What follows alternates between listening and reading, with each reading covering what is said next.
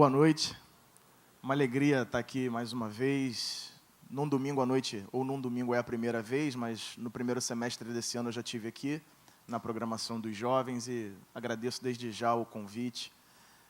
Queria pensar nessa noite junto com os irmãos, a partir de alguns textos bíblicos, sobre o seu lugar no mundo.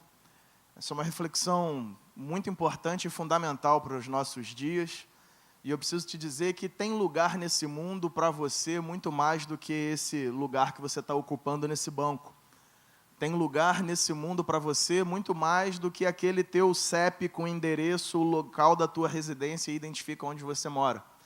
Tem lugar para você nesse mundo muito mais do que aquele, ainda que pequeno lugar, num ônibus lotado ou num metrô, que se você levanta uma perna, alguém já ocupa o lugar do seu pé.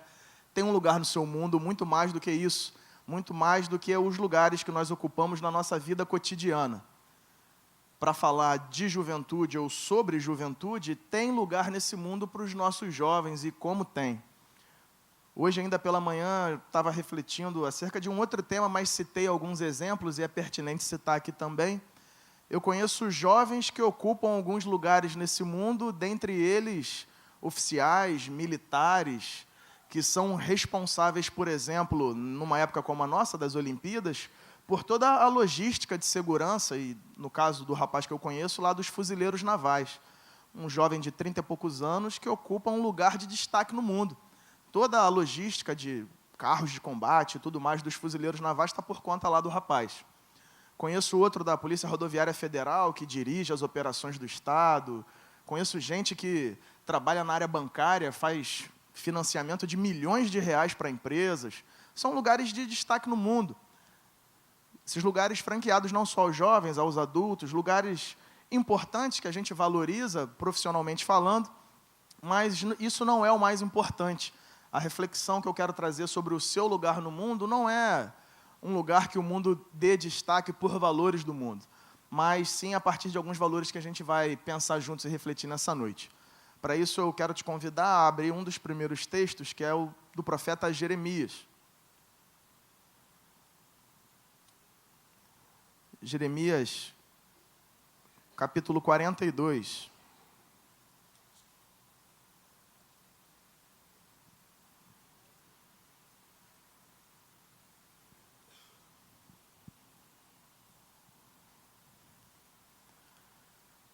Você sabe que o profeta Jeremias exerce o seu ministério um pouco antes do exílio da Babilônia. O povo de Israel está prestes a sofrer a invasão dos babilônios. Invasão essa que vai acontecer, a história vai mostrar nas próximas páginas. Israel, o povo de Deus, especificamente o povo do sul, a tribo de Judá e de Benjamim, vai abandonar a terra, abandonar a Jerusalém durante 70 anos, a terra vai ficar vazia. Vai retornar só depois com Ciro, e o profeta Isaías vai falar sobre isso.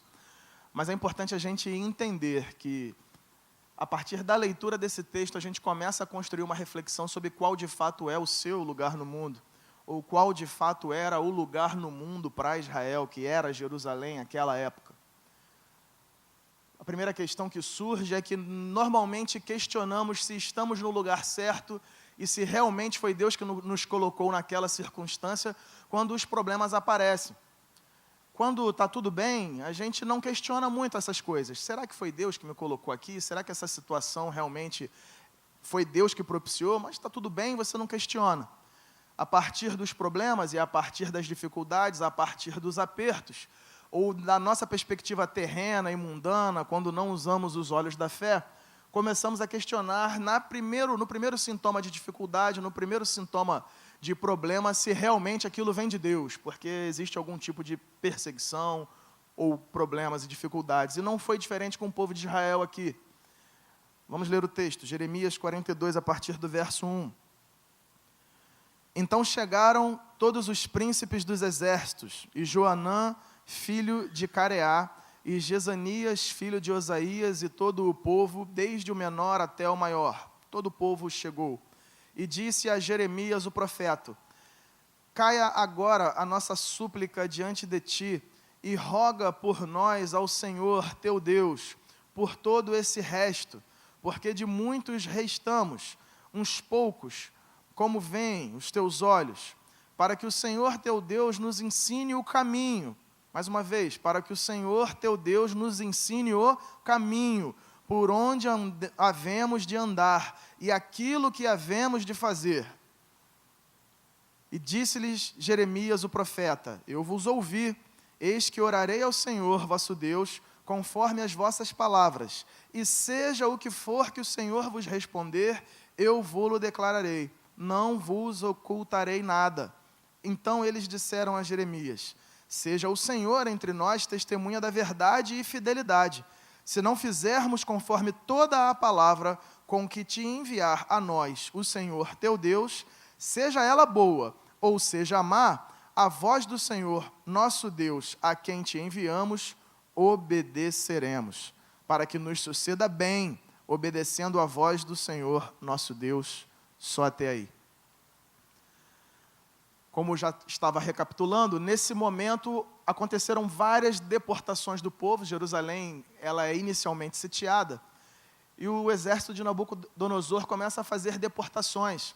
Nessa primeira leva, você conhece a história, quem vai para a Babilônia é um jovem também, culto, letrado, tipo a Laís, assim, né? Bem posicionada, que poderia servir bem no palácio do rei, e lá vai o profeta Daniel. Daniel vai na primeira deportação. Sucessivas deportações acontecem, Ezequiel, um dos profetas, também vai na terceira deportação, ocorre uma quarta, uma quinta, uma sexta. Jerusalém, ela vai sendo, com a licença da expressão, comida pelas beiradas, né? Ela vai sendo destruída aos poucos e as pessoas vão sendo saqueadas da sua cidade, até que chega aqui, nesse momento, depois de algumas deportações, a cidade já muito destruída, bem prejudicada, bem sofrida e abandonada, restam pouquíssimas pessoas, e aí, nesse momento de desespero, e só então, a partir de então, eles vão procurar o profeta Jeremias, fazendo aquele questionamento que a gente sempre faz quando surgem os problemas. Será que aqui é o meu lugar? Será que foi Deus que me colocou aqui mesmo? E você sabe muito bem, você está acompanhando lá na novela, que a terra prometida era o lugar que Israel havia de ocupar. Se você não acompanhou na novela, mas leu a Bíblia, você também sabe até com mais detalhes. Jerusalém era a cidade. Aquele lugar era o lugar dado por Deus para aquele povo. Quantos sinais e maravilhas aconteceram, como, por exemplo, já foi lembrado aqui, nessa noite, o texto de 2 Crônicas 20, quando Josafá não toca na espada, mas somente vai na frente do exército, não tanques de batalha, não os mais fortes, mas vai a banda de louvor na frente do exército, cantando e tocando. Olha que loucura, partir para a batalha com o exército fortemente armado do outro lado, e ao invés de você botar guerreiros, você bota a equipe de louvor lá na frente. Pessoal do louvor, topariam essa de ir na frente do exército cantando, enquanto fuzis apontados contra vocês? Foi isso que eles fizeram, não temeram, cantaram e louvaram, e a batalha sendo do Senhor, o Senhor deu a vitória, e tudo aconteceu como deveria ter acontecido, segundo a vontade de Deus. Não só essa passagem de 2 Crônicas 20, mas tantos sinais e maravilhas operou Deus naquele povo, naquele lugar, porque para Deus nada é impossível. E aqui, a essa altura de Jeremias 42, depois de diversos profetas profetizarem contra o pecado do povo, alertarem o povo durante anos, décadas, centenas de anos, que se eles não se arrependessem do seu pecado, Deus tiraria o povo da terra que Ele próprio havia dado, o povo volta a questionar: será que aqui é o nosso lugar? Jeremias, consulta o teu Deus aí. E é engraçado isso, esse destaque, né? Consulta o teu Deus. Justamente porque o pecado do próprio povo era a idolatria. Eles não poderiam chamar o Deus Jeová, Javé e Yavé, de nosso Deus, meu Deus pessoal. Consulta aí, Jeremias, o teu Deus, e vê o que ele vai falar. E seja a palavra dele boa ou má, assim nós vamos obedecer.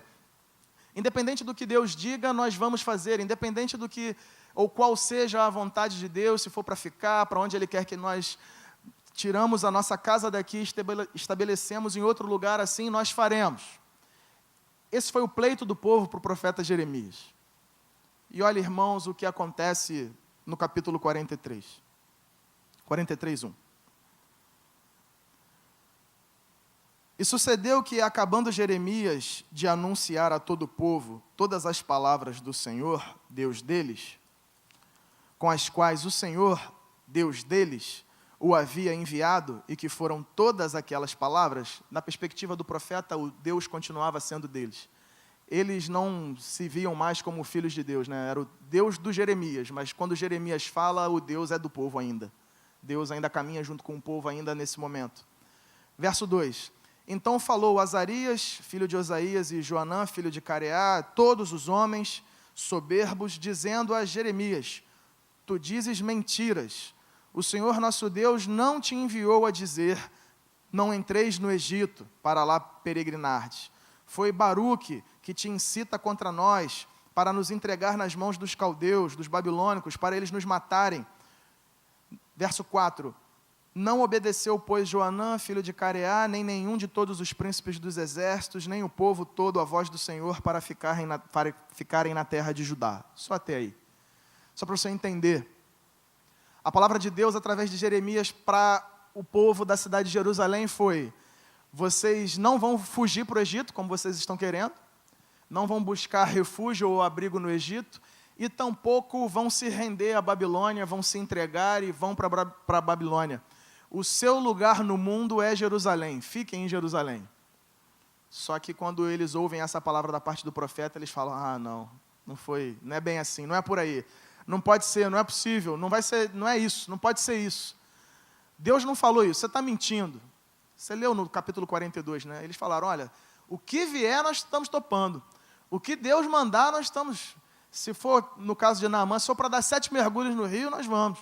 Se for para plantar bananeira aqui, nós vamos plantar, porque a gente está desesperado. O exército está vindo, vai destruir tudo. Seja o que for que Deus diga, nós vamos obedecer.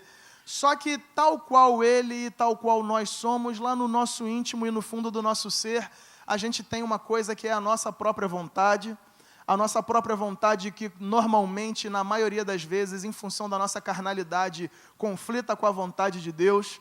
E quando o profeta revela qual era a vontade de Deus, e aquele povo ouve e choca uma verdade com a outra, fala: ai, e agora? Não é possível. A gente não vai ficar aqui, não tem como. Vamos todo mundo para o Egito. E eles foram para o Egito. Não só foram para o Egito buscar abrigo, quando levaram junto Jeremias com eles para o Egito.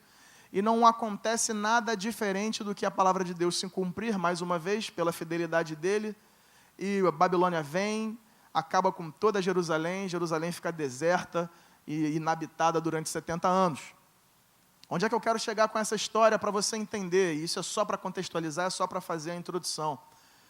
Nosso principal problema é questionarmos a Deus nas nossas dificuldades, se aquele lugar de fato é o nosso lugar. Porque no fundo, nós queremos que Deus nos livre das dificuldades, ou dos problemas, ou da perseguição, ou daquela situação que não está nos gerando conforto. Eles estavam aqui numa situação extremamente desconfortável. A cidade estava na iminência de ser destruída. Talvez você esteja passando por um problema e tem uma pedra aí no teu sapato, e a tua oração é: Senhor, tira a pedra do meu sapato. Senhor, me livra da dificuldade ou do problema. Só que Ele quer ser teu Deus, inclusive com a pedra no sapato, inclusive em meio aos problemas. Só para relembrar, um dos textos mais conhecidos, o Salmo 23, diz que o Senhor, que é pastor, guia até as águas tranquilas. E ainda que nesse caminho de eu, ovelha, cujo Deus é o meu pastor, me guia até as águas tranquilas, ainda que nesse caminho, onde o lugar que eu ocupo no mundo e o lugar que Ele quer me levar, ainda que nesse caminho eu ande pelo vale da sombra da morte, eu não temerei mal algum, porque a presença dEle me é garantida lá naquele lugar. De certa forma que o nosso Deus não é o Deus que nos livra do vale da sombra da morte, Ele não vai criar um novo caminho por fora, contornando o vale da sombra da morte, Ele não vai fazer isso, mas Ele te garante a presença no meio do vale da sombra da morte. Ele está lá junto contigo no meio da dificuldade, junto contigo no meio do problema, te sustentando. Assim como estava com Israel. Israel praticamente já estava com um relacionamento rompido com Deus. Vai falar para Jeremias: consulta aí o teu Deus. Quando Jeremias fala de volta da resposta de Deus, é Deus do povo. É o Deus que continua caminhando com o povo. É o que vai falar Timóteo lá na segunda, vai falar Paulo a Timóteo: ainda que sejamos infiéis, Ele permanece fiel, porque não pode negar-se a si mesmo. E está aí a prova em Jeremias 42 e 43, um povo infiel e Deus fidelissimamente ainda caminhando com o povo. A gente precisa avançar. E aí eu quero te convidar para avançar para um texto de Paulo em Romanos capítulo 12.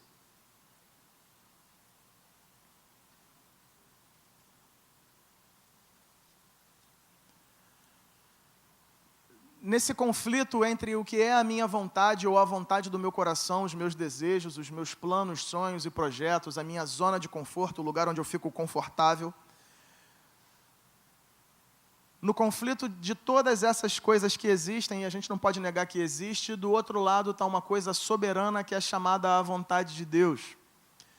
E Paulo vai equalizar uma coisa e outra, mostrando que, Romanos 12, 1, pedindo que, rogo-vos, pois, irmãos, pela compaixão de Deus, que apresentei o vosso corpo em sacrifício vivo, santo e agradável a Deus, que é o vosso culto racional. E não vos conformeis com este mundo, ou não toma a forma do mundo, mas transformai-vos pela renovação do vosso entendimento, para aí sim, a partir dessa transformação, pela renovação do entendimento, pela mudança de mente, a partir disso, e aí sim, para quê? Para que experimenteis qual seja a boa, agradável e perfeita vontade de Deus. O nosso lugar no mundo não é um lugar no mundo onde eu me sinto mais confortável, ou não é um lugar naquele em que eu planejei, sonhei e me preparei a vida toda. Não é ali onde eu fiz o vestibular, passei, fiz a faculdade, estudei engenharia eletrônica, fiquei 5 anos na faculdade, fiz estágio. Não necessariamente o meu lugar no mundo é esse lugar. E ela, com a entrevista dela aqui, vocês já descobriram qual é o lugar dela no mundo. Paulo aqui, em tantos outros lugares, como em Efésios 2:10, quando ele fala sobre a salvação, ele vai dizer que nós somos salvos pela fé, mas somos salvos pela fé para boas obras que foram preparadas para nós desde antes da fundação dos tempos. Nós somos criados e gerados nele para, como o pastor fez a oração antes da palavra, para louvor da glória do nome dele, para glorificar o nome dele, para produzirmos boas obras, das quais os homens, ao olhar, glorificassem ao Pai que está nos céus, como Jesus fala em Mateus 5. O nosso lugar no mundo não é um lugar de destaque, como eu falei, forças armadas, em instituições financeiras. O nosso lugar no mundo não é simplesmente numa cidade ao qual nós conquistamos, como era, por exemplo, Israel, mas o nosso lugar no mundo é no centro da vontade de Deus, é estar onde Deus quer que nós estejamos. Quer seja numa Jerusalém prestes a ruir, ou quer seja nesse lugar onde você está, metaforicamente, não em Madureira, não sentado nesse banco, mas nessa localização que você se encontra, se lá é a vontade de Deus, você nesse lugar vai experimentar a vontade de Deus, que ela é boa, ela é perfeita e ela é agradável. Não sobra mais nada, irmãos. Quando nós começamos a experimentar e ousamos em abrir mão das nossas próprias vontades para experimentar a vontade de Deus, nós só chegamos nessa conclusão. Primeiro, que ela é boa e a nossa não é boa. Além de boa, ela é perfeita, a nossa vontade é imperfeita e ela é agradável. Quando a gente começa a experimentar a vontade de Deus, não dá para parar mais. Ela é boa, perfeita e agradável. Agora, qual é o lugar no mundo, metaforicamente também, ou qual é o lugar espiritual que Paulo nos coloca nesse texto de Romanos 12? Onde é que o nosso corpo deve estar? Está no texto aí, Romanos 12, 1. Ele nos pede que apresentemos os nossos corpos como sacrifício vivo, santo e agradável. Qual é o lugar do sacrifício? É o altar. Quero trazer essa imagem aqui nessa noite. O seu lugar no mundo é o seu lugar no mundo. O lugar onde Deus te colocou, assim como Efésios 2:10 falou, assim quando nós falamos de ministério e vocação na entrevista com a Laís, esse é o seu lugar no mundo. Mas antes de descobrir qual é o seu lugar no mundo, antes de você descobrir o teu ministério, antes de você descobrir a tua vocação, antes disso você precisa experimentar a boa, perfeita e agradável vontade de Deus, e isso não acontece sem antes você passar pelo altar. Isso não acontece sem antes você experimentar o que é entregar o teu corpo como sacrifício vivo. Se Israel tivesse se sacrificado, escolhido sofrer o dano, Se Israel tivesse escolhido ter permanecido em Jerusalém, o texto no capítulo 42 vai falar sobre isso, Deus conservaria Israel, Deus restauraria o povo, Deus daria novamente a alegria para o povo, se tão somente eles tivessem escolhido experimentar a vontade de Deus boa, perfeita e agradável, se colocando no altar, ou seja, sofrendo o dano, sofrendo o sacrifício ou praticando a renúncia do texto de Lucas 9, 23, que é para onde nós vamos agora. Vamos lá rapidamente no texto de Lucas 9, 23.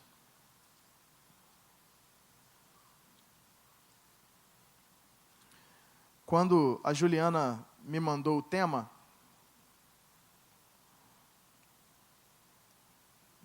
e era um texto com alguns parágrafos, lá no meio, ela começa a falar sobre a ansiedade, que não é um sentimento diferente do que o povo de Israel estava vivendo lá naquela Jerusalém sitiada. Eles estavam sofrendo uma crise de ansiedade sem saber o que ia acontecer. A nossa principal dificuldade é que enquanto nós mesmos quisermos dar conta da nossa própria vida, crises de ansiedade nós teremos. Enquanto nós mesmos nos acharmos capazes de conduzir as nossas próprias vidas, o que vai ter para a gente é crise de ansiedade atrás de crise de ansiedade. Enquanto nós não nos entregarmos os nossos corpos como sacrifício vivo no altar, nós não experimentaremos a vontade de Deus que é boa, perfeita e agradável. Nós continuaremos a colher daquilo que plantamos, frutos da nossa própria vontade, continuaremos a colher coisas carnais, temporais, que não geram resultados para a eternidade. O texto de Lucas 9, 23 é um texto que vem complementar essa minha linha de raciocínio. Jesus, ao falar com os seus discípulos, dizia: se alguém quer vir após mim, negue-se. Se alguém quiser vir após mim, negue-se a si mesmo. Tome a cada dia a sua cruz e siga-me. Porque qualquer que quiser salvar a sua vida, há de perdê-la. Mas qualquer que por amor de mim perder a sua vida, há de ganhá-la. Porque o que aproveita ao homem ganhar o mundo todo, perdendo-se ou prejudicando a si mesmo? O que adianta? O que adianta a gente querer abraçar o mundo e querer conquistar todos os lugares do mundo? E para o jovem parece que isso é uma realidade muito forte quando a gente fala, por exemplo, de primeiro emprego, porque normalmente o emprego pede experiência, e como é que eu tenho experiência se eu não tenho um primeiro emprego? Aí fica igual, para quem lembra, o segredo do Tostines, né? O que vem primeiro? Está fresquinho porque vende mais ou vende mais porque está fresquinho? Como é que eu consigo ter experiência comprovada em carteira de 1 ano se eu não tenho um primeiro emprego? Mas todo emprego que eu procuro me pede experiência. E aí a gente vai criando uma crise de ansiedade. E você pode ter as suas. Você pode ter outras questões. Eu só estou exemplificando com essa.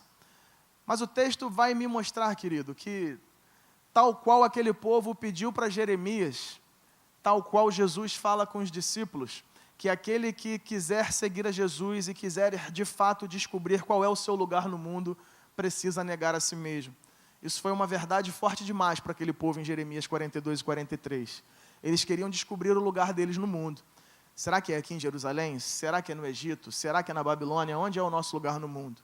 Jesus aqui vai esclarecer um pouco mais essa questão, vai dizer: se você quiser descobrir onde é o seu lugar no mundo, se você quiser vir comigo, se você quiser experimentar da minha vontade, se você quiser estar no lugar que eu escolhi e separei para você, a primeira coisa que você tem que fazer para todo aquele que quer seguir-me é negar-se.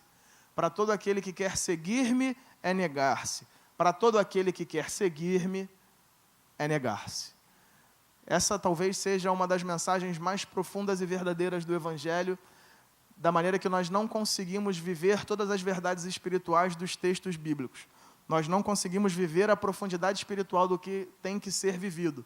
Nós não conseguimos experimentar a vontade de Deus, que é boa, perfeita e agradável, se nós não nos negarmos, se nós não nos colocarmos no altar como sacrifício. você precisa se sacrificar. Você precisa se negar. O seu lugar no mundo, para ser o lugar, de fato, onde é o centro da vontade de Deus, você só vai descobrir isso depois de você ter negado a si mesmo. E é uma mensagem muito difícil, irmãos, para os nossos dias. O que a gente menos quer é negar a nossa vontade. O que a gente menos quer é não nos afirmarmos. Os adolescentes, os jovens, têm uma necessidade de autoafirmação muito grande. Querem conquistar o seu lugar no mundo, querem revelar e descobrir a sua própria identidade, quem eles são, o que eles fazem, o que eles serão nesse tempo. E o texto bíblico vem confrontar tudo isso. O texto bíblico vem, olha, se você quiser ser o que você realmente quer, se você quiser caminhar a tua vida, se você quiser viver os teus sonhos, o que vai acontecer contigo é o que aconteceu com o povo de Israel. Você vai experimentar tudo o que não é a vontade de Deus. Você não vai experimentar nada bom, você só vai experimentar o que é ruim nessa vida. Se você não se negar, você nunca vai descobrir o que é perfeito. Você nunca vai descobrir um Deus cujo o impossível não existe. Você nunca vai viver uma vida que experimenta a vontade de Deus, que é agradável. Você vai ter sempre o sabor amargo das coisas que você colhe, porque tudo o que você semeia na sua vida é a sua própria vontade.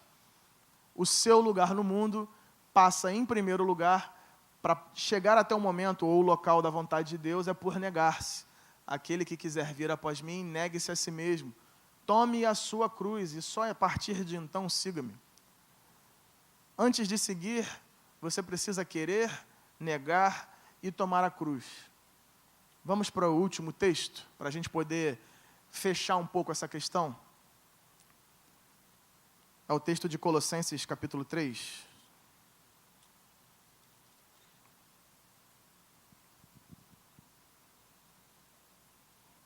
Talvez aqui eu resolva o seu problema de ansiedade, né? Eu poderia ler o texto de Mateus 6, quando Jesus adverte para que nós não estejamos ansiosos por coisa alguma, nem com o comer, nem com o vestir, que nós deveríamos buscar primeiramente o reino de Deus e a sua justiça, e todas as outras coisas seriam acrescentadas. Mas eu queria usar ainda um último texto de Colossenses capítulo 3, para que você possa descobrir o seu lugar no mundo, ou para que você possa entender o seu lugar no mundo. 3:1. Portanto, se já ressuscitastes com Cristo, buscai as coisas que são de cima, onde Cristo está assentado à destra de Deus. Pensai nas coisas que são de cima, e não nas que são da terra. Aqui eu preciso fazer um paralelo com o texto que já foi lido de João 17. Nós estamos no mundo, mas do mundo não somos. Não somos daqui, não pertencemos a esse lugar, mas é aqui onde nós estamos. Qual é o nosso lugar no mundo e o que deve ocupar a nossa mente? O que deve tomar o lugar da nossa consciência? Será que são pensamentos e sentimentos que vão nos gerar ansiedade? Paulo aqui está falando que não. Que se nós já ressuscitamos com Cristo, se já temos uma nova experiência de um novo nascimento, nós devemos buscar as coisas que são de cima, onde Cristo está sentado à destra de Deus. Devemos pensar nas coisas que são do alto e não nas que são da terra. E aí vem a verdade máxima dessa noite. Porque já estáis mortos e a vossa vida está escondida com Cristo em Deus. Porque de fato já estáis mortos e a vossa vida está escondida com Cristo em Deus. E é essa metanoia, ou é essa mudança de mente, como para citar o texto de Romanos 12 mais uma vez, que eu preciso que você faça. Porque eu preciso que você saia por essas portas nessa noite se vendo como uma pessoa que já morreu e cuja vida está oculta em Deus. Eu preciso que você leia Colossenses capítulo 3, mastigue isso e engula e viva dentro de você. Que se você ressuscitou com Cristo e tem uma esperança convicta, assim como já simbolizamos isso no batismo, todos nós que somos batizados, Paulo vai trabalhar ainda um pouco mais essa verdade e vai dizer no capítulo 3 de Colossenses, o nosso lugar no mundo não é onde nós devemos ocupar a nossa mente, não é o lugar onde nós fomos gerados para ser e estar, porque de fato nós já estamos mortos, a nossa vida já está no altar. Como um sacrifício que ainda vivo, Ainda tem pulsação aqui, ok? Tem pulsação aí. Ainda que vivos, Paulo já nos considerava mortos. E aí, irmãos, morto não tem vontade. Morto não tem motivo para ficar ansioso. Morto não tem motivo para não fazer a vontade dele mesmo. Morto não tem vontade. Morto não tem querer. Fica muito mais fácil, muito mais liberto, uma experiência de libertação de todo sentimento de ansiedade, se você repensar junto comigo que você não consegue controlar um fio de cabelo dessa cabeça aí. Uns aqui, se pudessem controlar, teriam controlado e não teria caído. Mas a gente não dá conta disso, gente. A gente não dá conta desse negócio. A gente, ao procurarmos o nosso lugar no mundo e ao buscarmos satisfazer as nossas vontades, ou a vontade do nosso pai, ou a vontade da sociedade, ou as pressões que a sociedade nos impõe, a gente vai bebendo desse negócio e é um fel tão amargo que o resultado que isso produz dentro de nós mesmos é só ansiedade, é frustração de não ter passado no concurso, é frustração de não ter conseguido a promoção no emprego, é a frustração de não estar ocupando a posição X, Y, Z, seja lá ela qual for. Mas eu só preciso te dizer que nessa noite você só precisa sair daqui entendendo uma coisa, que nesse mundo, em qualquer posição que você ocupe, seja ela qual for o seu lugar no mundo, ou ao ocupar o seu lugar no mundo, você precisa antes ocupar o seu lugar no altar. Você precisa morrer, você precisa negar a si mesmo, você precisa tomar a sua cruz, você precisa, como Paulo fala em outro momento, completar as aflições de Cristo, tomar a sua cruz. Não é fácil, irmãos, não é fácil. Falar aqui é muito simples, porque eu também tenho algumas questões que eu preciso entender qual é o meu lugar no mundo. Eu também tenho as minhas questões pessoais. Falar isso eu falo e recebo a palavra primeiro para mim. E primeiro para mim entendo, e primeiro para mim, ao entender, também digo para vocês que a gente precisa matar algumas das nossas vontades. Às vezes a gente precisa ficar em Jerusalém mesmo vendo tudo cair, mesmo vendo tudo ruir, mesmo vendo tudo se desfazer, mesmo vendo o exército inimigo avançando contra os nossos portões, já tendo saqueado e levado muito dos nossos. Às vezes a gente precisa negar a nossa própria vontade, que seria de fugir, que seria de buscar a autodefesa da nossa própria vida, e como no texto que nós mesmos já lemos, se nós quisermos de alguma forma salvar a nossa própria vida, vamos acabar perdendo, porque a gente não dá conta. A gente não dá conta desse negócio. Não dá conta. Uma das ilustrações mais belas quando a gente fala de igreja é quando Paulo fala sobre o corpo. Ele vai mostrar ali que nós somos membros uns dos outros, e ele vai fazer essa construção de uns dos outros várias vezes ao longo das cartas do Novo Testamento. E eu queria incentivar você nessa noite a derramar um pouco sobre ser igreja e ser uns para os outros, a apoiar o seu irmão nessas dificuldades, porque sozinho a gente não consegue, e sozinho a gente não dá conta. Às vezes a gente entra por essas portas, no domingo, no horário marcado, ocupa o nosso lugar no banco e vai embora, e é meio que insensível ou não percebe a dificuldade do outro. Ou a gente, às vezes, e eu me incluo nisso, está tão ocupado com as nossas próprias demandas e com as nossas próprias questões, que a gente não quer nem ouvir o problema do outro. Né? Quando a gente pergunta, tá tudo bem, irmão? O que mais a gente quer é ouvir que está. Ah, tá sim, que bom, Deus abençoe. Porque se ele falou, irmão, não está não, vem aqui, vamos conversar. E é aquela conversa que você sabe que só vai acabar meia-noite, às vezes a gente foge um pouco disso. Mas o ser igreja e o descobrir o seu lugar no mundo é negar-se, meu querido, é sacrificar-se, é, se preciso for, abrir mão daquele teu tempo de descanso ou de novela para se derramar ao outro. E isso é ser igreja também. Existem alguns momentos na nossa vida que pessoas vão estar andando pelo vale da sombra da morte, e a presença de Deus, como já citei, revelada nesse momento, é uma ligação. A vontade de Deus nesse momento é vim aqui porque estava com saudade e vim te ver. Pessoas ainda não descobriram o seu lugar no mundo, pessoas ainda não descobriram o seu ministério, não descobriram a sua vocação. talvez essa seja a sua vocação, talvez esse seja o seu lugar no mundo, de apoiar pessoas que sofrem com ansiedade por crises espirituais, e talvez esse seja o seu papel, seja lá qual for, não sei, mas Deus sabe. Para recitar o texto de Efésios 2:10, existem boas obras que Deus separou para cada um de nós, desde antes de nós mesmos nascermos. É fundamental que você descubra qual é a tua, qual é o teu espaço nesse corpo humano, que é a figura metafórica da igreja.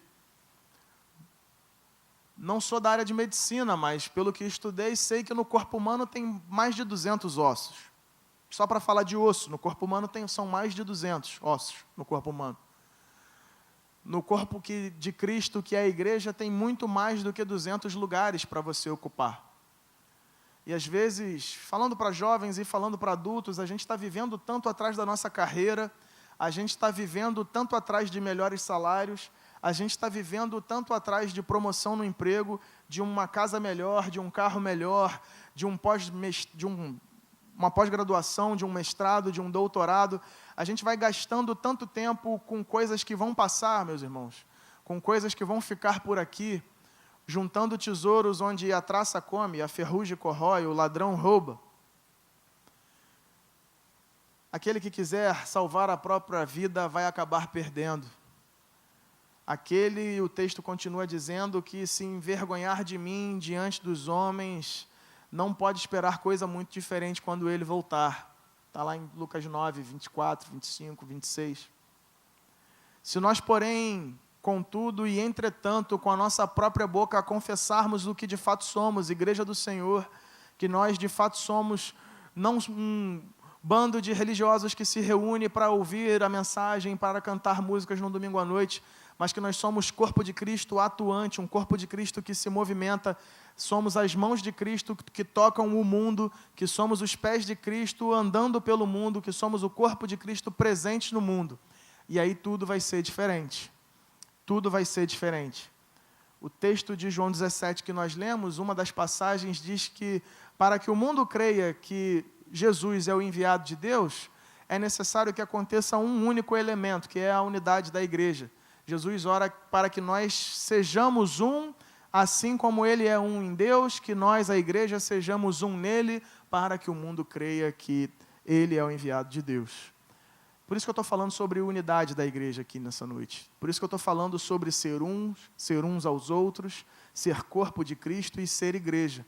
Porque a gente pode refletir muito sobre ser alguma coisa lá fora e ocupar alguma coisa lá fora, mas a gente não consegue ser nada lá fora relevante para a eternidade, sem antes negarmos a nós mesmos, tomarmos o nosso lugar no altar e servirmos uns aos outros nas necessidades que temos uns aos outros.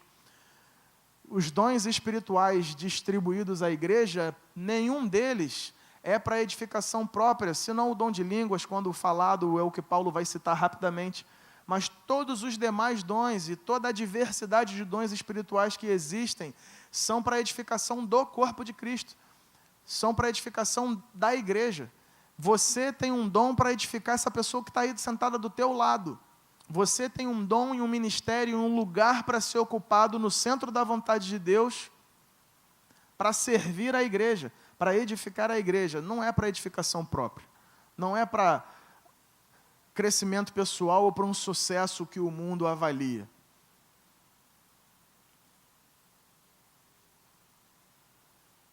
Eu preciso terminar, e eu queria, para terminar, dizer uma coisa que acredito até que já tenha dito da outra vez que estive aqui no culto jovem. E se você achou a mensagem longa, chata, ou o que quer que seja, comprida, extensa, enfim, só guarda uma coisa no teu coração. Quando eu leio os textos de Colossenses 3, que nós já estamos mortos, que a nossa vida está oculta em Deus, cantamos isso no Descansarei. Cobre-me com tuas mãos, com o teu poder, vem me esconder, Senhor. Nós estamos mortos, a nossa vida está oculta em Deus. Quando eu leio Romanos 12, que nossa vida tem que ser entregue como um sacrifício no altar, para que só a partir de então experimentemos a vontade de Deus. Quando eu leio textos como Lucas 9:23, que nós que queremos seguir a Jesus devemos negar a nós mesmos e tomar a nossa cruz, eu só chego em uma única conclusão para essa mensagem. Que se a gente entende que o nosso lugar no mundo é o centro da vontade de Deus, que o nosso lugar no mundo é o centro da vontade de Deus, eu preciso te dizer, a partir da leitura desse texto, que você não consegue chegar lá vivo. Você não consegue chegar no centro da vontade de Deus sem morrer. Você precisa morrer para chegar no centro da vontade de Deus.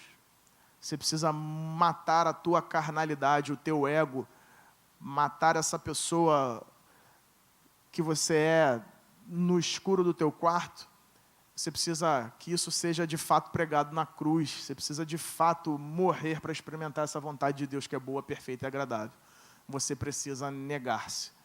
Se o teu lugar no mundo, mais importante que há espiritualmente falando, é ocupar o centro da vontade de Deus, você só chega lá depois que você morre para você mesmo de fato.